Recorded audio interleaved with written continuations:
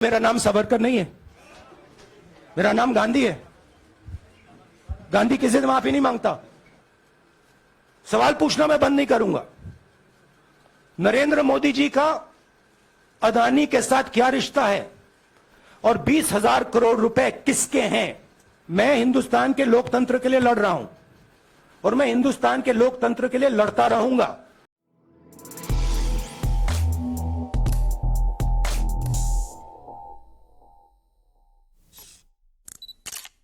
नमस्कार। मैंने आप सब से काफी बार बोला है कि हिंदुस्तान में लोकतंत्र पर आक्रमण हो रहा है और इसका हमको हर रोज नए नए उदाहरण मिल रहे हैं।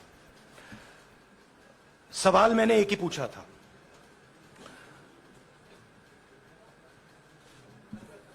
फाउंडेशन पे जाता हूं। अदानी जी की शेल कंपनीज हैं, अदानी जी की शेल कंपनीज हैं, उसमें 20,000 करोड़ रुपया किसी ने इन्वेस्ट किया। अदानी जी का पैसा नहीं है, अदानी जी का इंफ्रास्ट्रक्चर बिजनेस है, पैसा किसी और का है। सवाल यह है, ये जो 20,000 करोड़ रुपए हैं ये किसके हैं? ये सवाल मैंने पूछा। मैंने पार्लियामेंट हाउस में प्रूफ देके, जो मीडिया रिपोर्ट से मैंने निकाला, अदानी जी और नरेंद्र मोदी जी के रिश्ते के बारे में डिटेल में बोला। रिश्ता नया नहीं है, रिश्ता पुराना है।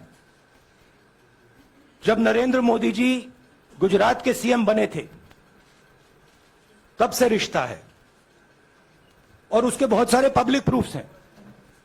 हवाई जहाज में मैंने फोटो दिखाई, नरेंद्र मोदी जी बड़े कंफर्ट में बैठे हुए थे अपने दोस्त, अपने मित्र के साथ। पार्लियामेंट में मैंने दिखाई। यह सवाल मैंने पूछा। फिर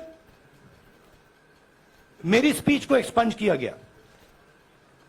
मैंने स्पीकर को डिटेल चिट्ठी लिखी, पॉइंट बाय पॉइंट, कि मैंने कहा कि एयरपोर्ट्स अदानी जी को रूल बदल के दिए गए हैं।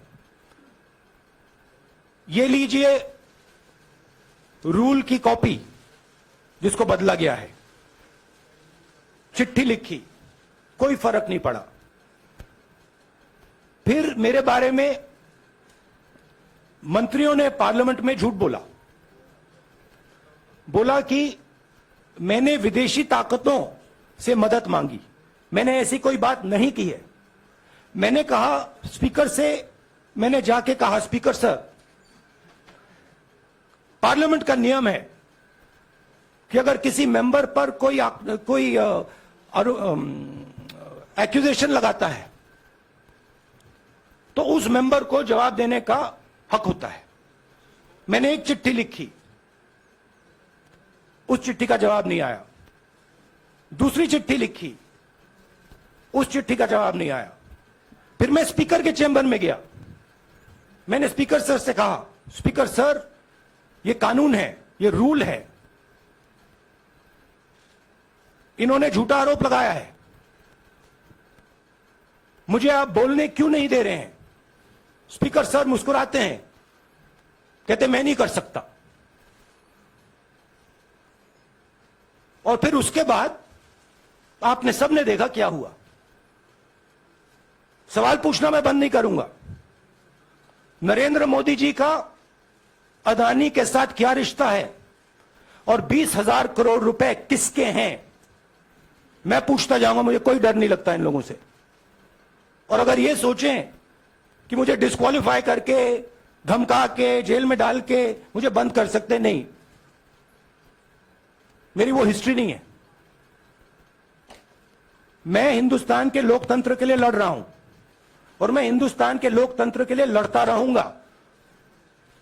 किसी चीज से नहीं डरता हूं, यह सच्चाई है। अब आप सवाल पूछिए। एक एक करके प्लीज. हाँ मोहित. I'll say it in English also. Sorry. I'll say it in English also. The question begins few weeks back in Parliament, where I asked the Prime Minister a very specific set of questions. Question number one, 20,000 crore rupees or $3 billion are in shell companies owned by Mr. Adani. Mr. Adani could not have generated this money. He's an infrastructure business. Where did this money come from? Whose money is it? That was the first question. Whose shell companies are there? These companies are working in the defense field. Why does nobody know whose money this is? There is a Chinese national involved in this. Why is nobody asking the question, who is this Chinese national? That was the first question. Second question was, set of questions with proof. What is the Prime Minister's relationship with Mr. Adani? I showed a picture of the Prime Minister and Mr. Adani's plane relaxing.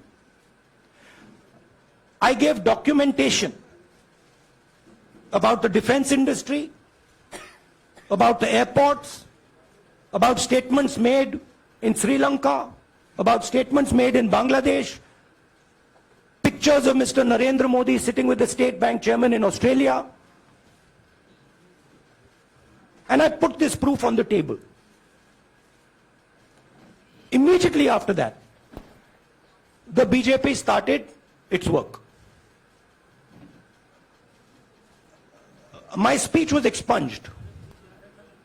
I wrote a letter to the Speaker with a detailed explanation on the defense industry, on the airports, with press clippings, supporting documents, legal documents, and said, this is the supporting foundation of my speech.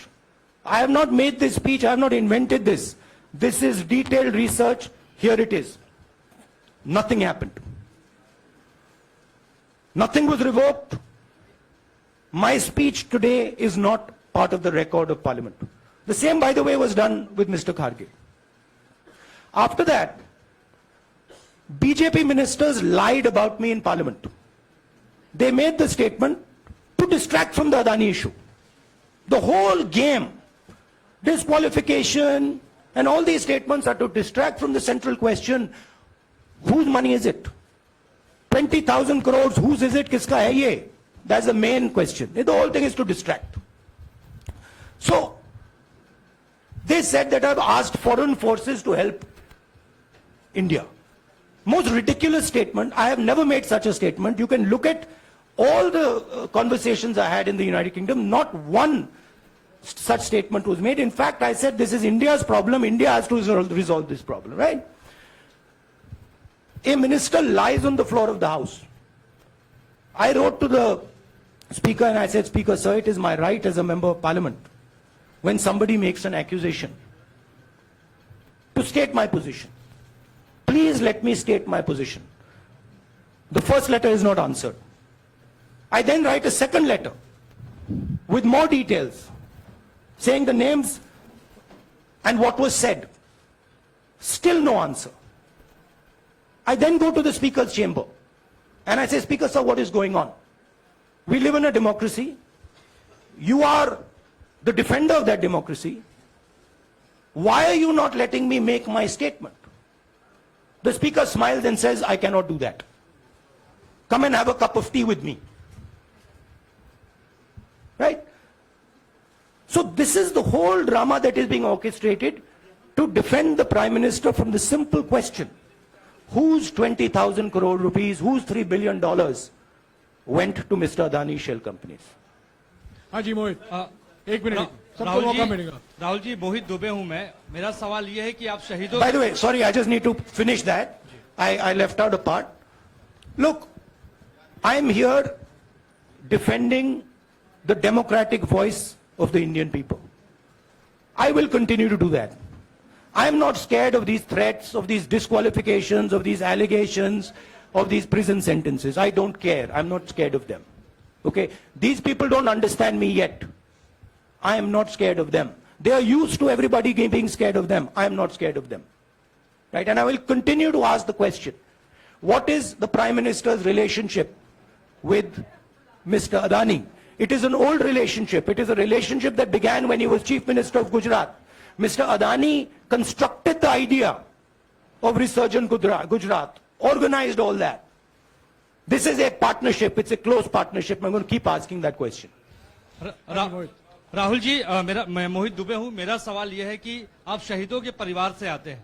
आपकी दादी भी disqualify हुई, जनता के बीच गई, आप सत्ता में वापस आए। आज के दौर में राहुल गांधी भी डिस्क्वालीफाई हो गए हैं, क्योंकि तमाम आपने इश्यूज को उठाया, चीन के इश्यूज को उठाया। क्या राहुल गांधी भी जनता के बीच में जाएंगे और वही वापसी फिर से करेंगे? राहुल गांधी भारत जोड़ो यात्रा में 4.5 महीने जनता के बीच में रहेंगे और वो मेरा काम है, वो मैं करता जाऊंगा। हाँ जी अनवर। आज के हिंदुस्तान में जो पहले राजनीतिक पार्टियों को सपोर्ट मिलती थी, मीडिया से मिलती थी, बाकी इंस्टीट्यूशन से मिलती थी, वो नहीं मिलती है। तो ऑपोजिशन की पार्टीज को एक ही रास्ता है, जनता के बीच में जाने का। हाँ जी अनवर। सर, भारतीय जनता पार्टी ने आप पर ओबीसी समुदाय के अपमान का आरोप लगाया है। इस पर आप क्या जवाब देना चाहेंगे भारतीय जनता पार्टी को? मैं पिछले भारत जोड़ो यात्रा में, आप मेरी कोई भी स्पीच देख लीजिए, मैं वहां कह रहा हूं सब समाज एक हैं, सबको एक साथ चलना चाहिए, भाईचारा होना चाहिए, नफरत नहीं होनी चाहिए, हिंसा नहीं होनी चाहिए। तो मेरी पोजीशन बिल्कुल क्लियर है। ये ओबीसी का मामला नहीं है, ये नरेंद्र मोदी जी और अदानी जी के रिश्ते का मामला है। 20,000 करोड़ रुपए जो अदानी जी को पता नहीं कहां से मिले, उसके बारे में मैं सवाल पूछ रहा हूं और उसका जवाब चाहिए। बीजेपी ध्यान को भड़काने की कोशिश करती है, कभी ओबीसी की बात करेगी, कभी विदेश की बात करेगी, कभी कुछ और बात करेगी, कभी डिस्क्वालिफिकेशन की बात करेगी, मगर सवाल यही है 20,000 करोड़ रुपए, $3 बिलियन किसका था? संजय मिश्रा। और वो अदानी का पैसा नहीं हो सकता। Sanjay Mishra.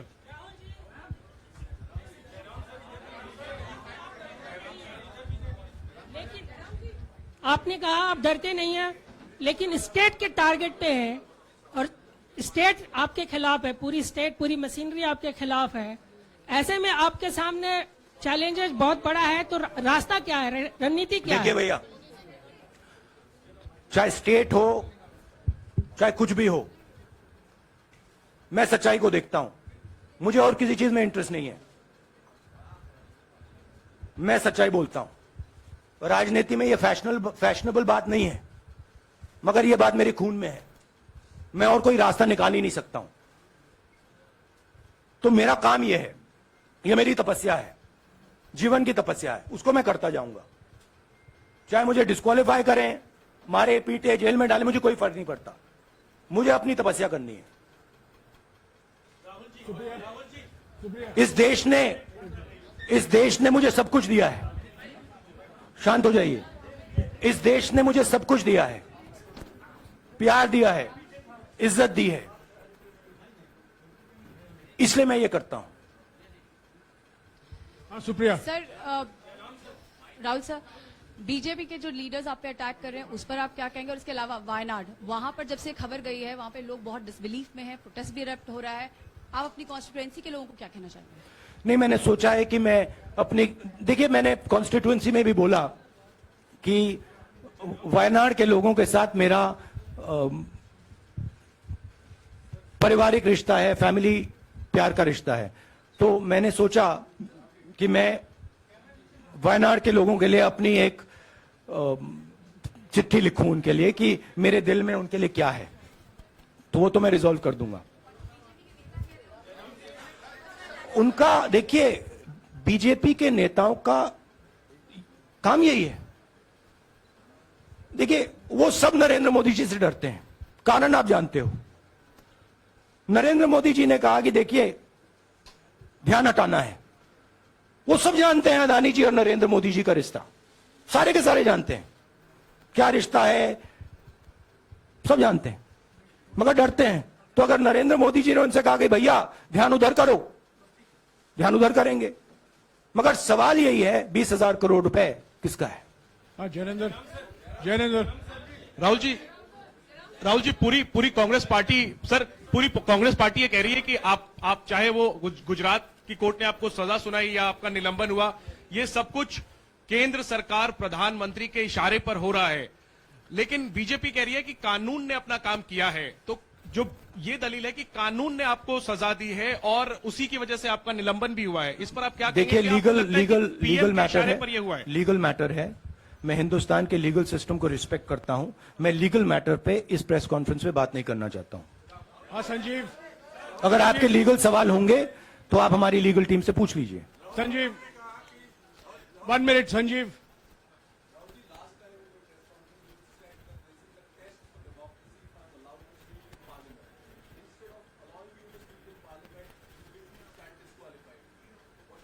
No, look, please understand why I have been disqualified. I've been disqualified because the Prime Minister is scared of my next speech. He's scared of the next speech that is going to come on Adani, right? I've seen it in his eyes. So he's terrified of the next speech that is going to come, and they don't want that speech to be in Parliament. That's the issue. That is why, first the distraction, now the disqualification. Please don't be confused about this matter. There is a deep relationship between Narendra Modi ji and Mr. Adani. There is a question. 20,000 crore rupees have suddenly arrived in Mr. Adani's shell companies. Where has this money come from? Whose money is it? Some of these companies are defense companies. Why is the defense ministry not asking this question? Why is the defense ministry not asking the question? But please explain to us, whose money is this that is being spent on our drone development, that is being spent on our missile development, that is being spent on our ordnance production? Why is the defense ministry not asking this question? हाँ मंजरी please एक minute मंजरी।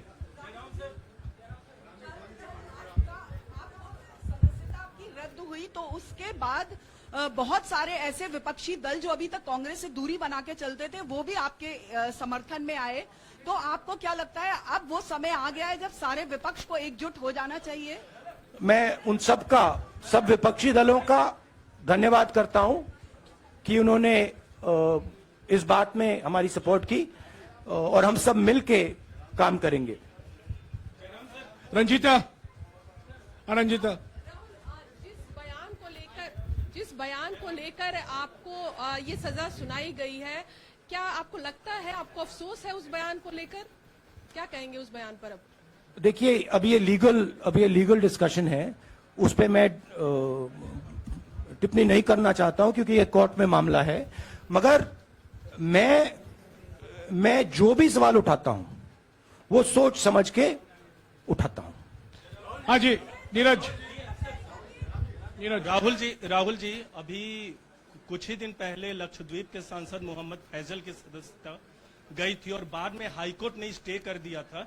अभी उनकी membership reinstate नहीं हुई है। देखिए, तो सुन लीजिए। हाँ। राहुल जी सुन लीजिए, अभी उनकी सदस्यता रीइंस्टेट नहीं है, लेकिन चुनाव आयोग ने चुनाव की घोषणा करने के बाद उसे रोक दिया था। अगर ऊपरी अदालत से आपको स्टे मिलता है तो आपको उम्मीद है कि लोकसभा स्पीकर भी आपकी सदस्यता को बहाल कर देंगे? मुझे उम्मीद में कोई इंटरेस्ट ही नहीं है। चाहे मुझे सदस्यता मिले ना मिले, मैं अपना काम करूंगा। अगर ये मुझे परमानेंटली डिस्क्वालीफाई कर दें तो भी मैं अपना काम करूंगा। अगर मुझे रीइंस्टेट कर दें तो भी मैं अपना काम करूंगा। मुझे कोई फर्क नहीं पड़ता मैं पार्लियामेंट के अंदर हूं या बाहर हूं, कहां हूं। मैंने आपसे कहा मुझे अपनी तपस्या करनी है, मैं उसको करके दिखाऊंगा। आपके लिए नहीं, अपने लिए। रवि एक मिनट रमन। हाँ। एक मिनट रमन।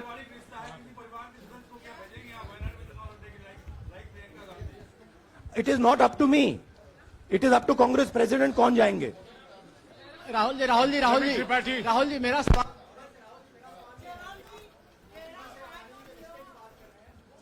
आपके यहाँ बैठे हैं। हाँ। दोनों मुख्यमंत्रियों का भी अडानी जी से रिश्ता है, उनके साथ लेन देन का मामला, उसका कहा धंधे का मामला है। लेकिन क्या धंधे ये का मामला नहीं, क्या बात कर रहे हैं ये धंधा रोकेंगे ये लोग? जिनके पास जो भी स्टेट का उनके साथ नाता है, जो भी बिजनेस चल रहा है, वो बिजनेस रोका जाएगा क्या? देखिए, सिंपल सी बात है, आप डिस्ट्रैक्ट करने की कोशिश मत कीजिए। 20,000 करोड़ रुपए अदानी जी की शेल कंपनीज में कहां से आए? आप इंक्वायरी कीजिए। अगर बात निकली कि हमारे चीफ मिनिस्टर का पैसा है तो इनको जेल में डाल दीजिए। अगर बात निकली तो किसी और का पैसा है तो उसको जेल में डालिए। हाँ Siddharth sir, Rahul sir, please madam 1 minute. Madam आप लोकतंत्र को समझिए। ये जो पैनिक रिएक्शन इन्होंने किया है नरेंद्र मोदी जी ने, इससे सबसे ज्यादा फायदा मिलेगा विपक्ष को। ये इन्होंने हमें हथियार पकड़ा दिया है। ये आप बात समझिए। ये मोदी जी पैनिक में आ गए कि बात निकल जाएगी, ये 20,000 करोड़ रुपए किसके हैं, डर गए, घबरा गए, इन्होंने पूरा सीक्वेंस शुरू कर दिया। ये विपक्ष को सबसे बड़ा इन्होंने हथियार दिया है राहुल जी, क्योंकि जनता के माइंड में अब एक सवाल आ गया है कि जनता जानती है कि अदानी जी भ्रष्ट व्यक्ति है। अब जनता के माइंड में यह सवाल उठा है कि इस भ्रष्ट व्यक्ति को हिंदुस्तान का प्रधानमंत्री क्यों बचा रहा है। यह मतलब अब सब कुछ बीजेपी के लोग, नरेंद्र मोदी जी सब कुछ इस व्यक्ति को बचाने के लिए क्यों कर रहे हैं। दूसरा सवाल, बीजेपी के लोगों ने कहा कि अदानी पर आक्रमण देश पर आक्रमण है। मतलब इनके माइंड में देश अदानी है और अदानी देश है। बात समझिए। राहुल जी, मेरा सवाल आपसे ये है कि जब आप ये फैसला सामने आया, आपको मैक्सिमम पनिशमेंट जो है इसमें जो हो सकती है वो आपके लिए मुकर्रर की गई। इस बीच कई लोगों ने ये भी कहा, आपके पार्टी के भी एक सांसद ने कहा कि कम से कम जज को ये देखना चाहिए था कि सामने जो शख्स है वो एक गांधी परिवार से आता है। इस पर आप क्या कहेंगे? और आपको लगता है मैक्सिमम पनिशमेंट जो है आपके केस में, मैक्सिमम पनिशमेंट आपके लिए मुकर्रर की गई, क्या आपको इसके पीछे क्या कहना है आपका? वही मैंने कहा, अगर डिस्ट्रैक्शन करना है, मैक्सिमम पनिशमेंट की तो जरूरत है। मिनिमम पनिशमेंट से बात थोड़ी बनेगी। मैं तो सोच रहा था भैया 5 साल होते, 7 साल होते, 10 साल होते, वो भी मिल जाता। मुझे क्या फर्क पड़ रहा है यार Rajdeep.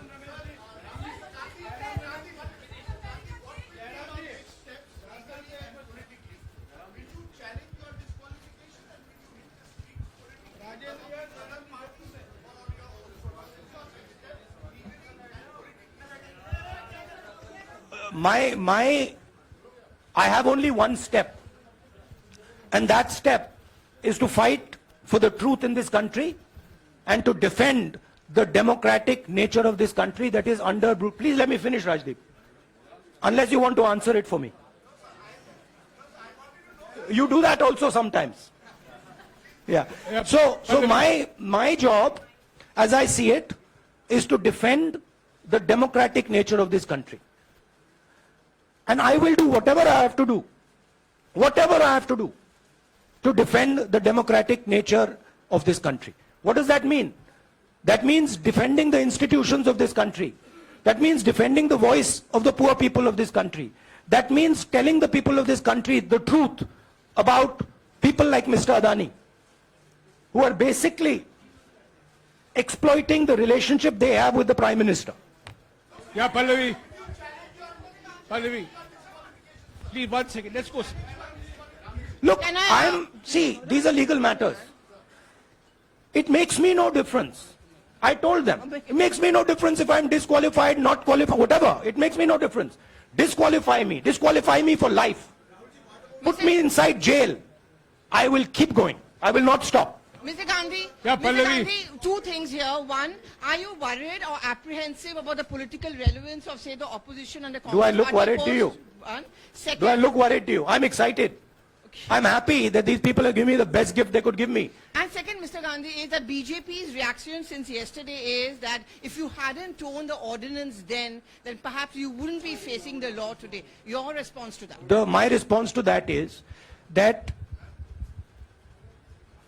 when somebody is guilty of something, they want to distract everybody's attention. Right? If you catch a thief, the first thing he says is, I didn't do it. The second thing he says, look there, look there, look there, look there. Right? That's what the BJP is doing.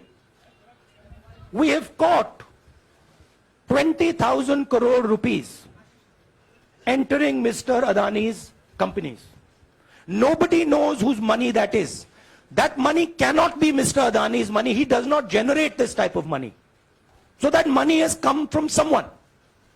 All this, OBC, disqualification, anti-national, all this is to distract from the panic that the Prime Minister is feeling.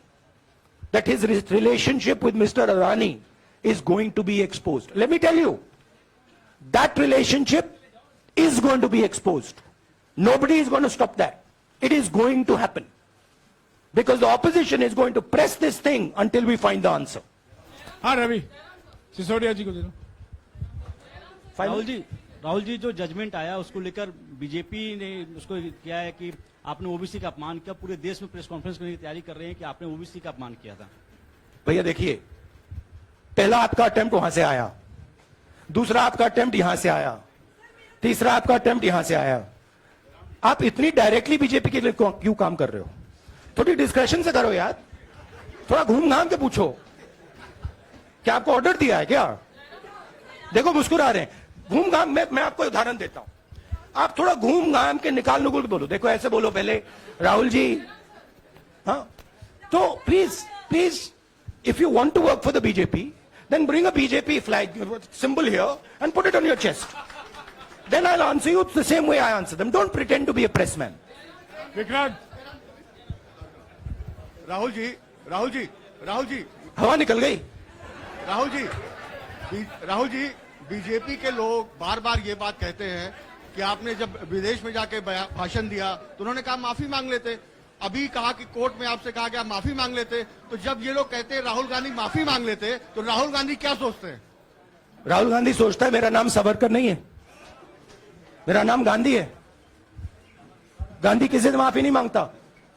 और मैंने कहा, parliament house में कहा कि भैया मुझे बोलने दीजिए ना, एक बार तो बोलने दीजिए। 2 बार चिट्ठी लिखी, तीसरी बार मैं पर्सनली स्पीकर से जाके कहता हूं, स्पीकर सर प्लीज, आप डेमोक्रेसी के लोकतंत्र के आप प्रोटेक्टर हैं, मुझे बोलने दीजिए। मुस्कुरा के कहते हैं भैया मैं तो नहीं कर सकता। आप नहीं कर सकते तो कौन कर सकता है? शायद मुझे जाके मोदी जी से पूछना पड़े, वो तो करने नहीं देंगे। तो मेरा जो पॉइंट है, इस देश में लोकतंत्र खत्म हो गया है। इस देश के लोग जो इनके दिल में है, हमारे दिल में है, बोल नहीं सकते हैं। इस देश के इंस्टीट्यूशन पर आक्रमण हो रहा है। और उस आक्रमण का मैकेनिज्म क्या है? उस आक्रमण का मैकेनिज्म नरेंद्र मोदी जी और अदानी जी का रिश्ता है, वो फाउंडेशन है। मैं नरेंद्र मोदी जी पर सवाल नहीं पूछ रहा हूं, मैं अदानी जी पर सवाल पूछ रहा हूं। बीजेपी अदानी जी को क्यों प्रोटेक्ट कर रही है? आप नरेंद्र मोदी जी को प्रोटेक्ट कीजिए। मैं अदानी जी पे पूछ रहा हूं, आप अदानी जी को क्यों प्रोटेक्ट कर रहे हो? आप इसलिए अदानी जी को प्रोटेक्ट कर रहे हो क्योंकि आप ही अदानी हो। Thank you.